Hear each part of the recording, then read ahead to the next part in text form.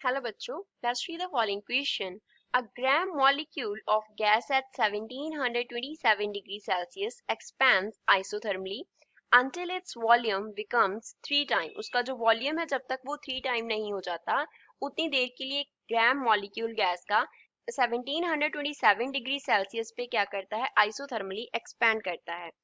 हमें क्वेश्चन में क्या करना है, फाइंड करना है amount of work done and heat absorbed, कितना अमाउंट वर्क डन का हुआ एंड कितना हीट अब्सॉर्ब हो रहा है।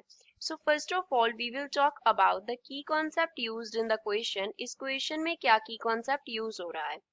क्वेश्चन में जो हमें एक्सपेंशन दिया गया है that is isothermal expansion, isothermal expansion. अब आइसो जो वर्ड है वो रिप्रेजेंट करता है सेम को, आइसो का मीन्स होता है सेम एंड थर्मल वर्ड हम यूज करते हैं जब हम कंसर्न करते हैं विद टेम्परेचर। तो सेम टेम्परेचर पे कोई एक्सपेंशन हो रहा है that means change in temperature will be zero. Change in temperature, temperature को T से डिनोट किया है that will be equals to zero, so we can write dt will be equals to zero. D जो है वो represent कर रहा है यहाँ पे चेंज को। तो आइसोथर्मल प्रोसेस होते हैं जो सेम टेम्परेचर पे अकर करते हैं, प्रोसेस के ड्यूरिंग टेम्परेचर का वैल्यू चेंज नहीं करता। अब हमें क्वेश्चन में वर्क डन निकालने को बोला है, तो वर्क डन आइसोथर्मल प्रोसेस में सपोज हमने W से डिनोट किया तो उसका फॉर्मूला होगा nRT natural log of V2 upon V1 होगा। यहाँ पे N जो है वो रिप्रेजेंट करता है नंबर ऑफ मोल्स को, नंबर ऑफ मोल्स को। कैपिटल R जो है वो रिप्रेजेंट करता है गैस कांस्टेंट को, this is gas constant here.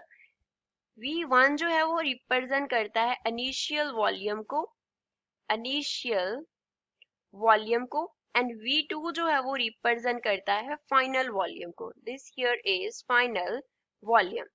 एक तो हमें ये फॉर्मूला इस क्वेश्चन में यूज करना है, दूसरा इसमें क्या यूज करना है, first law of thermodynamics. First law of thermodynamics, according to first law of thermodynamics हमारे पास क्या रिलेशन होता है, dq is equals to du plus dw।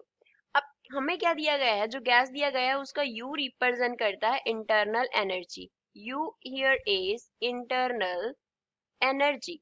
अब जो इंटरनल एनर्जी है वो किसका फंक्शन होता है, that is function of temperature only. तो अगर change in temperature dt zero के इक्वल होगा तो कॉरेस्पॉन्डिंगली कोई भी चेंज इंटरनल एनर्जी में अक्कर नहीं करेगा, so du will also be equals to zero. And अगर du जीरो के इक्वल होगा then from the statement of the first law of thermodynamics we can write dq is equals to dw, which means अगर हमें heat absorbed निकालना है, heat absorbed Q then it will be equals to W। इनका जो formula है that is nRT natural log of V2 upon V1। अब सभी values लिखते हैं। N नंबर ऑफ मोल्स, हमें गैस का 1 ग्राम दिया गया है तो नंबर ऑफ मोल्स हम 1 मोल कंसिडर करेंगे। गैस कांस्टेंट का वैल्यू होता है 8.31 एंड यूनिट्स क्या होते हैं, जाउल पर मोल पर केल्विन। टेम्परेचर T का जो वैल्यू है वो हमें सेल्सियस में दिया गया है 1727 डिग्री सेल्सियस, तो इसको केल्विन में कन्वर्ट करने के लिए इसमें ऐड कर देंगे 273, तो टेम्परेचर का वैल्यू हो गया 2000 kelvin. Suppose initial volume V का वैल्यू, V1 का वैल्यू हमने V कंसिडर किया तो फाइनल वॉल्यूम उसका 3 टाइम्स है, तो ये क्या हो जाएगा, V हो जाएगा। तो अब सारी वैल्यूज हम फॉर्मूला में सब्स्टिट्यूट कर देंगे, so Q is equals to W, N का वैल्यू 1 आ गया, R का वैल्यू 8.31, T का वैल्यू यहाँ पे आ गया 2000 इंटू नेचुरल लॉग ऑफ, यहाँ पे क्या आ जाएगा 3v अपॉन v, तो यहाँ से q will be equals to w that is equals to 8.31 multiply by 2000 और यहाँ पे क्या आ गया, नेचुरल लॉग ऑफ 3 आ गया।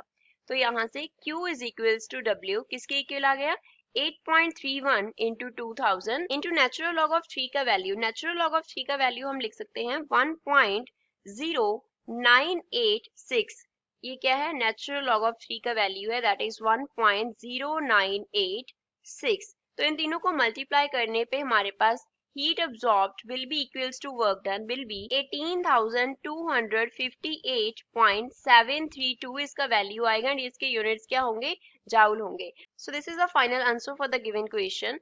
I hope you understood well, thanks.